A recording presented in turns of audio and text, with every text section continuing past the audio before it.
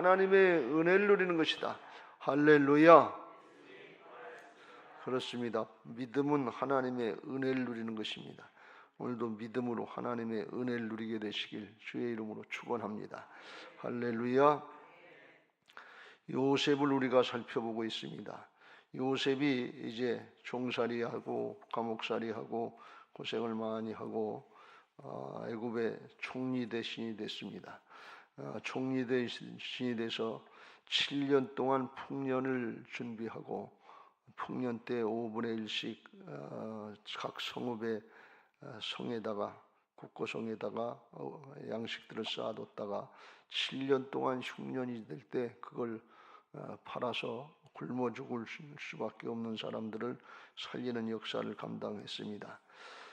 그런데 애굽 사람들만 흉년을 만난 것이 아니라 중근동 지역의 각국에도 양식을 사러 오는 사람들이 있었다 하는 것을 보면 그들도 똑같이 큰 흉년을 만났습니다. 가나안에 있던 야곱의 집안도 흉년을 만나서 야곱이 그 아들들에게 왜 가만히 앉아있기만 하냐, 애굽에 가서 양식을 사와라. 그리고 독촉을 합니다. 그래서 요셉의 10 형들이 곡식을 사러 애굽으로 가서 이제 누군지도 모르지만 총리 대신이 된 요셉을 만나게 됩니다. 요셉을 만나는데 요셉이 자기 형들인 줄 알았지만 모르는 채 했다 그랬어요. 알지만 모르는 척 했다 그랬다 그랬어요. 알다고 나타내기가 곤란한 거죠. 이것은 왜 그랬는가 하면 이 요셉이 이제 두 번째로 하나님이 주신 꿈의 실현을 하기 위해서 하나님이 허락하신 양식을 가지고서 풍성한 때에 준비한 양식을 가지고 어렵고 힘든 사람들에게 나눠주는, 섬기고 나누는 그런 일을 하는 그런 역사를 감당하고 있습니다. 이게 두 번째로 요셉에게 주신 그런 사명인 줄로 믿습니다. 총리 대신이 되는 것까지는 그거는 겉으로 나타나는 모습인데 좋은 모습인 것 같은데 그건 외적인 것이고 그 후에 하나님이 영적으로 맡겨주시는 그런 비전이 있어요. 그건 하나님이 허락하신 걸 가지고 하나님의 뜻대로 쓰임받는 진실하고 지혜로운 청지기가 될 때 하나님께 신뢰를 받게 되고 하나님이 모든 걸 다 맡겨주시는 은혜가 있는 것을 믿으시기 바랍니다. 요셉에게 그처럼 우리에게도 그렇게 충만하게 허락하시는 은혜가 있으면 나도 그렇게 할 수 있지 이렇게 생각하는데 요셉보다 비교할 수 없는 하나님 자신, 예수님 자신을 우리에게 허락하여 주셔서 그 우리 안에 와 계신 주님 안에 하늘의 신령한 모든 것들이 충만하게 주어져 있어서 믿고 침노하는 신앙을 하면 내가 하는 것이 아니라 주님이 우리를 통해서 일하시는 하나님의 역사에 쓰임받는 지혜롭고 진실한 청지기들이 되게 하실 줄로 믿습니다. 그 역사를 감당하게 하시는 그런 하나님의 역사가 이게 복음의 역사의 십자가와 부활의 복음의 역사인 것입니다. 우리들도 그렇게 살 수 있도록 거듭나게 하여 주시고 내가 주인이 아니라 주님이 주인 되시는 걸 인정하고 따라가는 복음적인 신앙할 수 있도록 존재를 바꿔놓으신 것을 믿으시기 바랍니다. 우리는 구약의 율법적인 신앙, 내가 주인 노릇하면서 기쓰고 애써서 하는 그런 신앙하는 사람들이 아니고 신약의 거듭난 복음적인 신앙하는 사람들이 내 안에 예수님이 주인 되셔서 십자가 부활로 다 이루신 것을 믿음으로 순종하고 따라오면 그냥 주님이 우리를 통해서 행하시고 임마누엘로 함께 하셔서 하나님의 역사를 드러내는 역사에 쓰임받게 하시고 그 은혜와 축복을 자자손손 영원토록 누리게 하실 줄로 믿습니다. 할렐루야. 우리가 착각하지 말아야 될 것은 우리는 구약의 사람들이 아니에요. 신약의 복음을 누리는 사람들인데 우리의 신앙이 복음적인 신앙을 해라 그러면 좋아서 아멘 예 그러는데 주님의 주권 인정하고 따라가는 부활신앙 해라 그러면 그때부터 노맨이에요. 내 건 줄 알고. 그러니까 이게 거듭났지만 거듭난 신앙을 누리지를 못하는 거예요. 믿음으로 자기를 부인하고 순종할 때 누리는 은혜가 있게 될 줄로 믿습니다. 누구든지 나를 따르려거든 자기를 부인하고 자기 십자가를 지고 나를 쫓을지니라 그랬는데 자기 부인이 안 되는 거예요. 순종이 잘 안 되는 거예요. 내가 하려고 그러니까 이게 힘들고 어렵고 되지도 않아. 해도 안 되는데 뭘. 그리고 조금 하다가 나자빠지게 되고, 그리고 그냥 신앙도 사역도 포기할 때가 얼마나 많은지 몰라요. 사단이 그걸 가지고 또 방해를 한단 말이죠. 그거 물리치고 끝까지 승리하시길 주의 이름으로 축원합니다. 사도 바울같이 선한 싸움 싸우고 달려갈 길 마치고 믿음을 지켰으니, 끝까지 믿음 지켜야 돼. 선한 싸움이 있어야 돼. 그래야 우리가 하나님의 자녀로, 하나님의 일꾼들로 세워진 은혜와 축복들을 누리게 하실 줄로 믿습니다. 이게 두 번째 하나님의 꿈의 실천이고 실현인데, 거기에 쓰임받는 사람들이 복된 신앙, 복음적인 신앙인 것을 믿으시기 바랍니다. 내 건 줄 알고 들켜지고 있다가 고집 피우고 이기적인 욕심에 사로잡혀 있다가 죽으면 그냥 뺏기고 가는 거예요. 도적질 당하고 죽고 멸망하는 길로 가는 거예요. 헛되니 헛되다 그리고 인생 끝나는 거예요. 별거 아니에요. 성경이 그걸 분명히 가르쳐주고 있어요. 그런데도 우리가 알면서도 속는다 말이에요. 아는데 모른 척하는다. 요셉이 아는데 모른 척할 수밖에 없는 이유가 뭐가 있겠어요? 왜 그래요? 죄인들이기 때문에. 죄를 많이 졌기 때문에.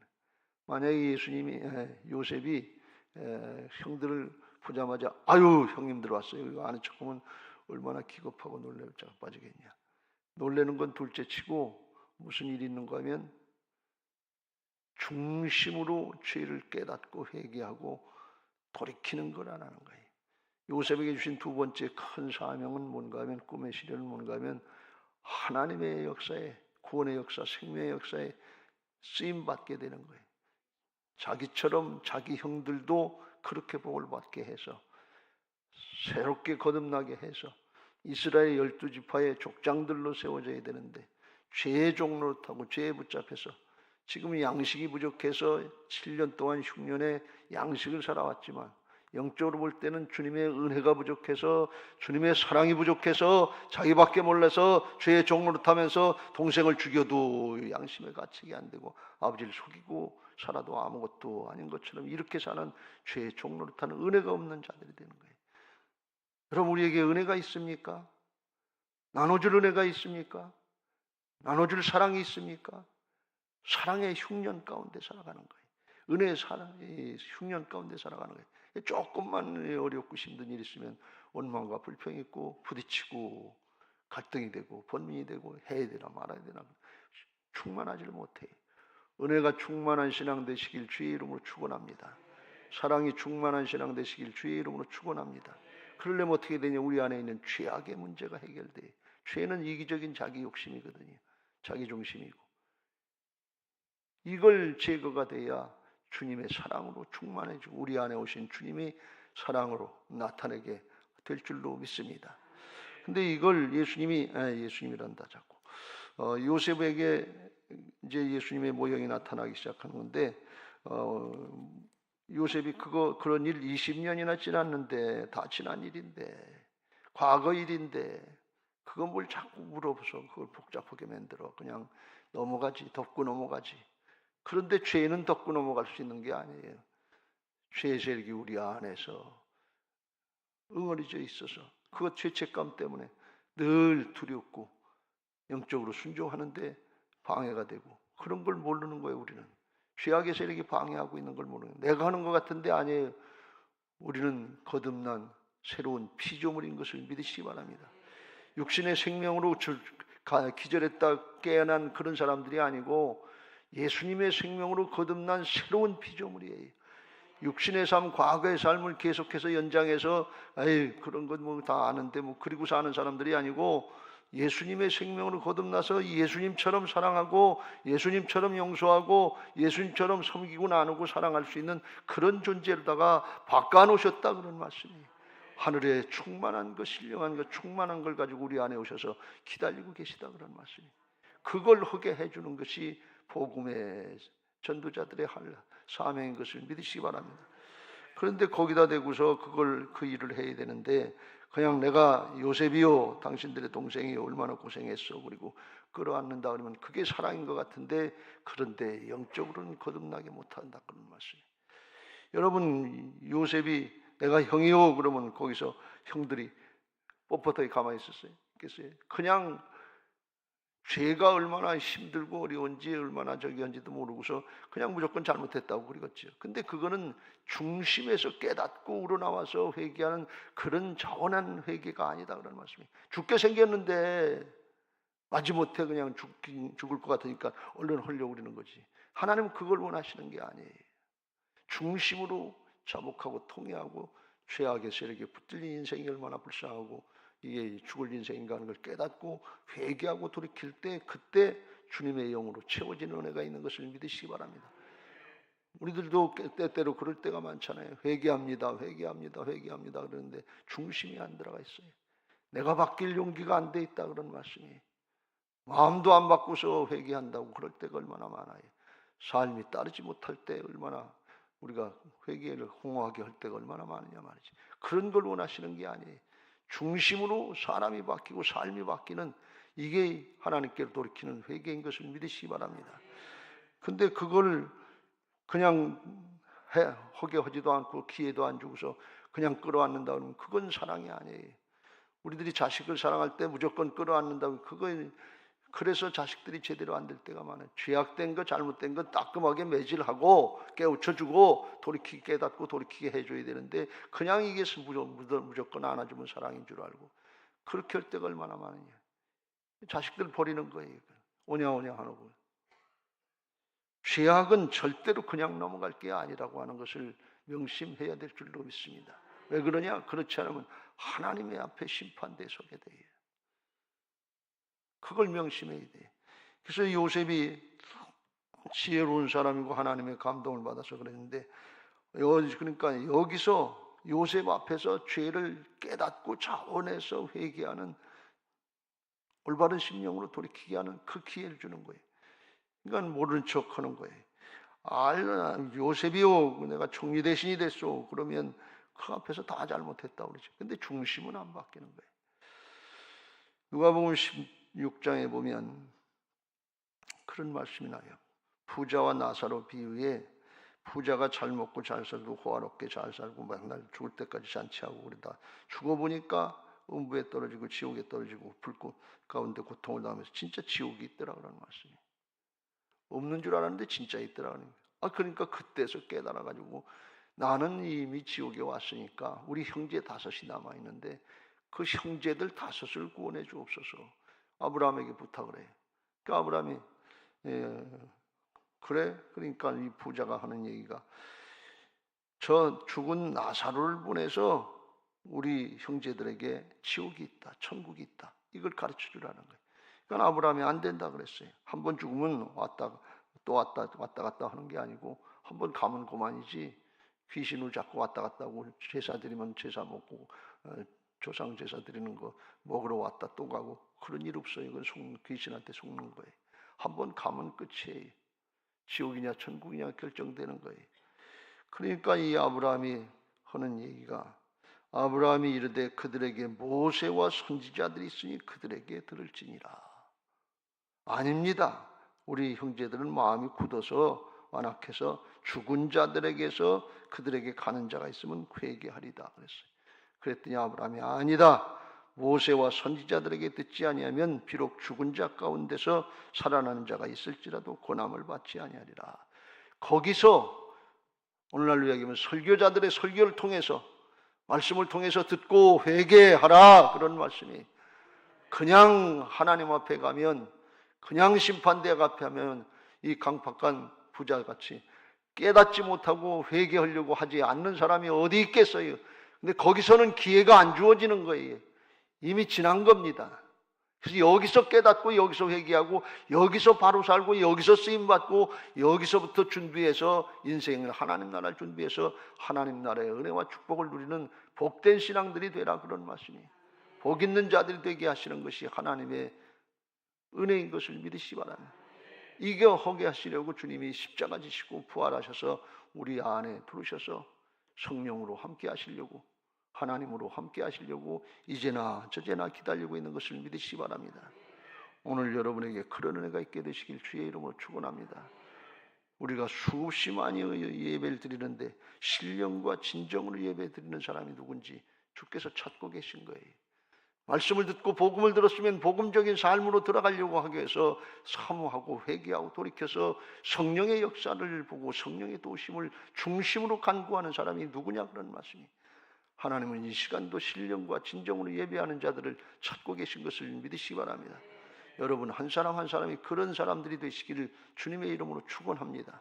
할렐루야. 요셉이 내가 요셉이요 당신의 동생이요 이렇게 얘기하고 싶은 마음이 여기까지 올라왔겠지만 왜? 요셉은 자기는 정리됐으니까. 그런데 형들 때문에 형들을 고쳐주고 하나님이 그들을 이스라엘의 12지파의 족장으로 세우려고 하는데 정리도 안 되고 죄악의 문제도 해결도 받지 못한 사람들을 세워줄 수 있겠어요? 그러니까 대뜸 하는 얘기가 9절 말씀에 너희는 정탐꾼이라 이 나라의 틈을 엿보려고 왔느니라. 정탐꾼이라고 몰아세우는 걸 볼 수가 있어요. 왜 그렇겠어요? 그들의 죄를 깨닫게 하시려고. 왜 정탐꾼이라고 했는지 누명을 씌우려고 일부러 그랬겠지 하는 뜻도 있겠습니다만 아마 이 정탐꾼이 스파이인데 이 애굽의 나라에 이제 곡식이 많으니까 정탐을 하고 와서 나중에 습격하고 전쟁이 일으켜서 뺏어가려고 하는 그런 뜻으로 얘기한 건데, 그런데 이 정탐꾼이다 하는 뜻은 뭔가 하면 요셉이 그 형들이 요셉과 형들 사이에 알아들을 수 있는 얘기로 했을 거다. 성서학자들 얘기를. 무슨 얘기인가 하면 요셉이 철이 없을 때 아버지가 색동적으로 옷 입혀주고 그리고 자기만 사랑하고 그럴 때 요셉이 정직했지만 눈치는 없는 사람이었을 때 형들이 잘못하는 거 가서 이렇게 살펴보다가 아버지한테 빠르르 가가지고 아 형들이 이거 잘못해 이거 잘못해 고자질을 할 때가 있었잖아요. 그게 정탐꾼 노릇했다는 거예요. 그 자기도 그 잘못했다고 하는 걸 뒤늦게 깨달은 거죠. 그래서 요셉의 형들이 요셉을 보면 넌 스파이 같은 놈이야. 넌 정탐꾼이야. 고자지러고 이간질하는 요렇게 놀렸을 거라는. 그 얘기를 한 이유는 그 얘기를 들으면 아 이게 무슨 소린가 깜짝 놀라서 옛날 생각을 하게 되고 그런 얘기를 듣고 깨달으면 요셉을 알아볼 수도 있지 않겠어요? 그러니까 진정으로 회개하고 돌이키려고 하는 거기서부터 미움이 생기고 시기가 되고 질투하고 요셉을 죽여버리려고 하는 그런 모습이 나오게 했기 때문에 죄악의 근본을 깨닫게 하기 위해서 그랬을 것이다 하는 그런 추측을 합니다. 일리가 있는 얘기입니다. 그러니까 이들이 아니라고 우리는 한 사람의 아들로 태어나서 확실한 자들의 뭐가 확실한 신분이 확실한 자다 그런 얘기죠. 아니스트맨 그런데 정직한 사람들이다 그러는 정탐꾼이 아닙니다. 스파이가 아닙니다. 그러는데 12절 요셉이 아니라 이 나라의 틈을 엿보러 왔느니라.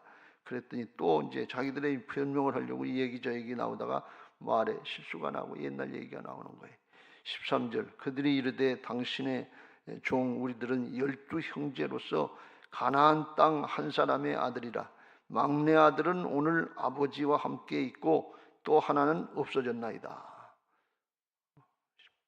베냐민은 요셉이 죽은 줄 알고 야곱이 그거 맞아 라헬의 아들인데 죽을까봐 못 보내줬단 말이다. 죽음이 두려워서. 그런데 요셉은 자기들이 팔아먹고 그랬는데 그건 살짝 숨기고 없어졌나이다. 속이는 거예요. 그러니까 아직까지 정리가 안 된 거죠. 이렇게 다 드러나요. 여러분 죄악은 다 드러난다는 사실을 꼭 명심하세요. 안 드러날 것처럼 숨길 점은 스스로 속지 마세요. 어리석지 마세요. 스스로 속는다 그랬는데 죄악의 세력에 속는 거지 하나님이 속지 않으십니다. 다 드러나요. 그러니까 요셉이 속으로 그거 얼마나 우스운 얘기 같어요. 다 알고 지금 그 앞에 서 있는데 우리들의 하나님이 다 알고 계신데 그 앞에서 아닌 것처럼 하고 그리고서는 얼마나 우습겠어요. 조그만 애들이 아니라고 속이고 뒤에다 손 놓고 없다 그리고 그러는 거고 똑같이.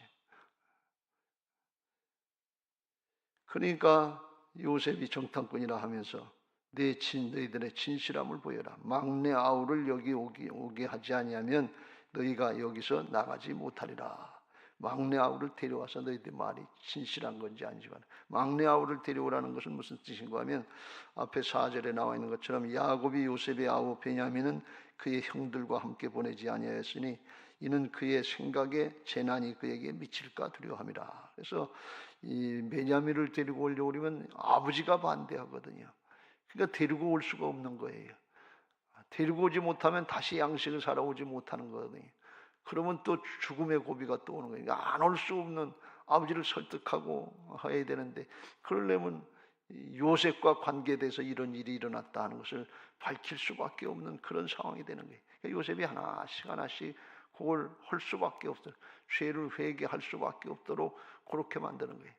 하나님이 우리에게도 그런 은혜를 주시는 것을 믿으시기 바랍니다.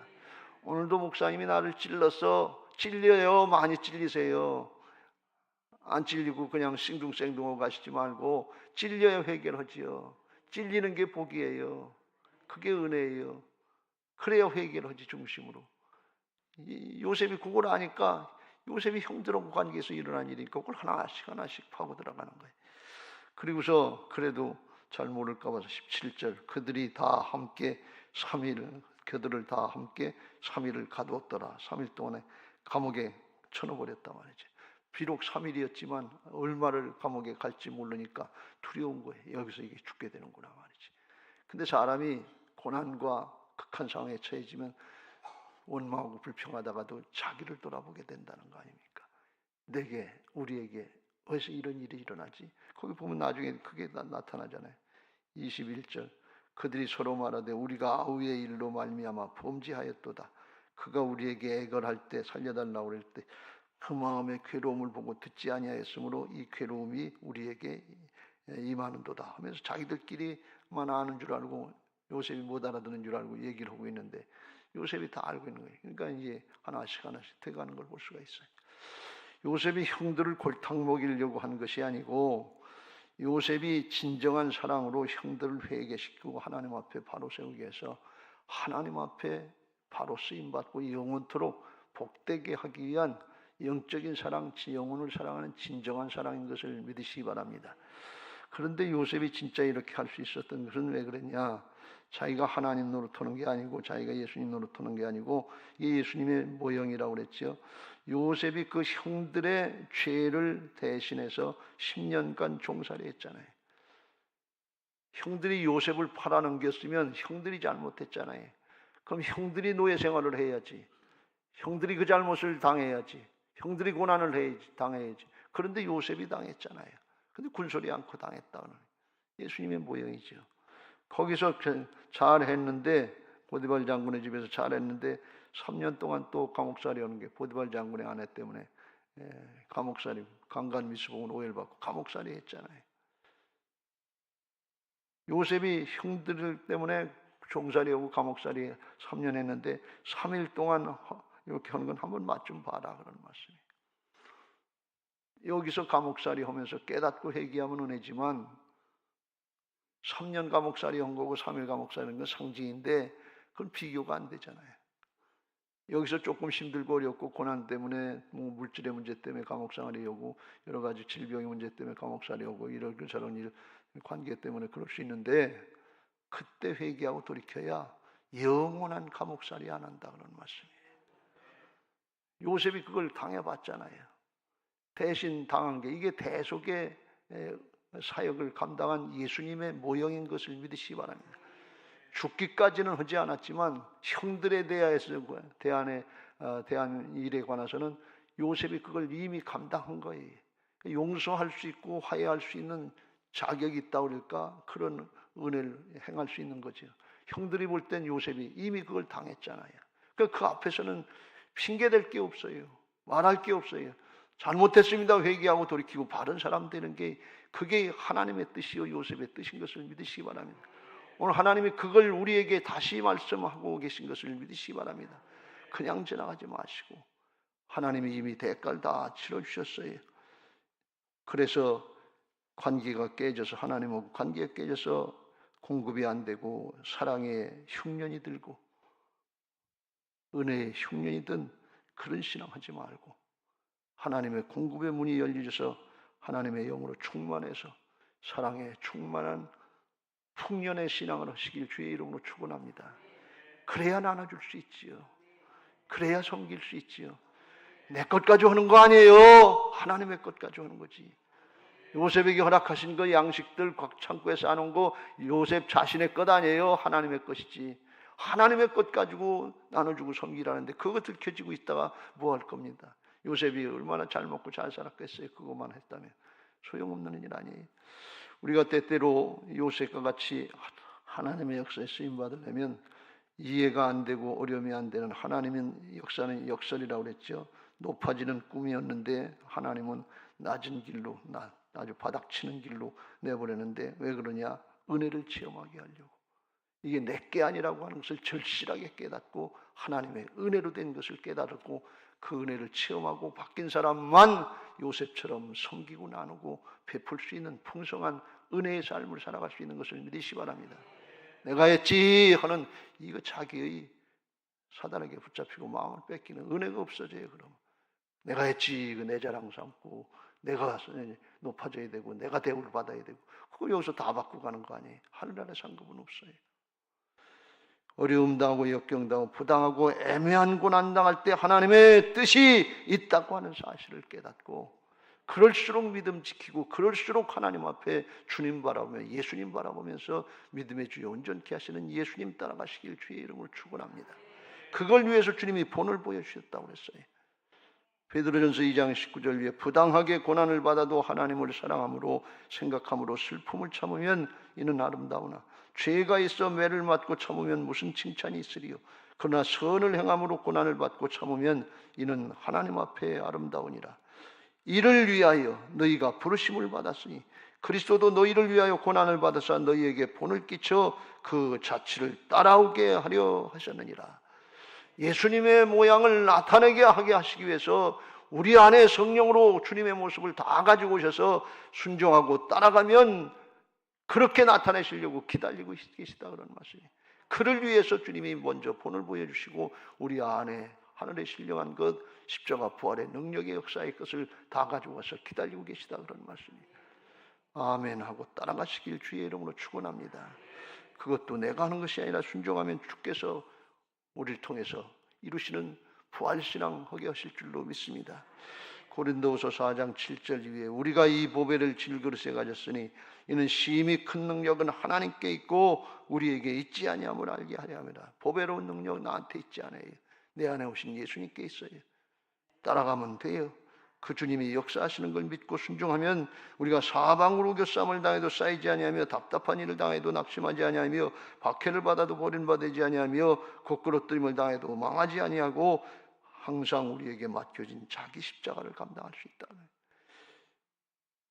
항상 예수의 죽음의 십자가에 우리의 몸으로 짊어짐은 예수의 생명이 또한 우리 몸에 나타나게 하려 함이라. 요셉을 통해서 구원의 역사, 나라라도 구원하시려고 하시는 역사를 이루셨던 하나님이 우리가 주님 바라보고 따라가려고 하면 우리를 통해서도 가문을 구원하고 목장을 번성케 하고 다음 세대를 살리고 교회를 부흥케 하시고 나라와 민족이라도 살리는 역사에 열방의 복음 전하는 역사에 쓰임받게 하실 줄로 믿습니다. 오늘 여러분 이를 위해서 기도하시고 그렇게 은혜를 풍성한 하나님의 사랑이 풍성한 섬기고 나눠줄 수 있는 복된 신앙들 되시기를 예수님의 이름으로 축원합니다. 할렐루야. 304장 찬송하시고 받은 말씀 붙잡고 동성으로 기도하겠습니다.